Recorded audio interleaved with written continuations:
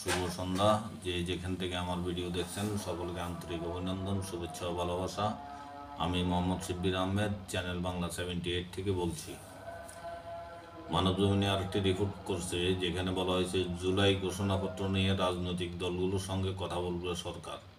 খবরে বলা হয়, জুলাই বিপ্লবের ঘোষণাপত্র নিয়ে রাজনৈতিক দলগুলোর সঙ্গে অন্তর্বর্তী সরকার কথা বলবে বলে জানিয়েছেন প্রধান উপদেষ্টার প্রেস সচিব শফিকুল আলম। তিনি বলেন, বিভিন্ন অংশীজনের সঙ্গে এ বিষয়ে কথা হচ্ছে, অনেকে ফোন করেও সরকারকে তাদের মতামত দিচ্ছেন। কিছুদিনের মধ্যে ঘোষণাপত্র প্রস্তুত করে উপস্থাপনের লক্ষ্যে সরকার কাজ করছে। রোববার রাজধানীর ফরেন সার্ভিস একাডেমিতে এক সংবাদ সম্মেলনে এসব কথা বলেন তিনি।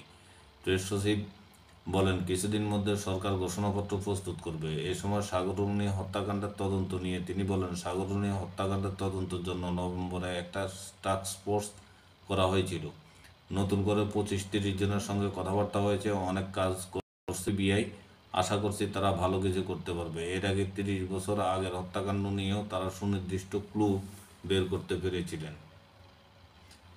এক প্রশ্নের জবাবে শফিকুল আলম বলেন, শেখ হাসিনার ব্যাপারে সরকার দিল্লিকে নোট বারবার দিয়েছে। তাকে ফেরত আনা সরকারের সর্বোচ্চ অগ্রাধিকার। দেশে ফিরিয়ে এনে তাকে বিচারের মুখোমুখি করা হবে।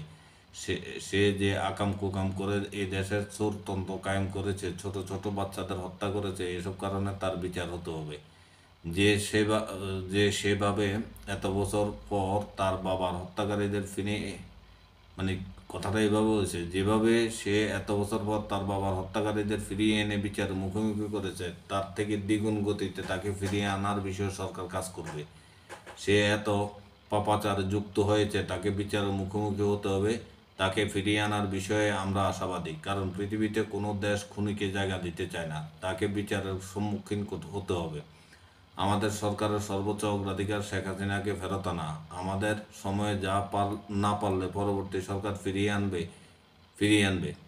এ সময় ডেপুটি প্রেস সচিব আবুল কালাম আজাদ মজুমদার বলেন, প্রধান উপদেষ্টার সঙ্গে ইউরোপীয় ইউনিয়ন রাষ্ট্রদূতের বৈঠকে বাংলাদেশিদের জন্য তাদের ভিসা সেন্টার অনুমতি নেওয়ার অনুরোধ করেছিলেন। এ বিষয়ে কিছুটা অগ্রগতি রয়েছে। বুলগেরিয়া ইতিমধ্যে ইন্দোনেশিয়া, ভিয়েতনাম থেকে বাংলাদেশি স্টুডেন্ট ভিসা দিয়েছে। রোমানিয়া এখন থেকে ভিয়েতনাম ও থাইল্যান্ডের থেকে দিবে। কাজাকিস্তান থাইল্যান্ড থেকে দিবে। এই ছিল জুলাই ঘোষণাপত্র নিয়ে প্রেস সচিবের বক্তব্য। ভালো থাকবেন। আসসালামু আলাইকুম।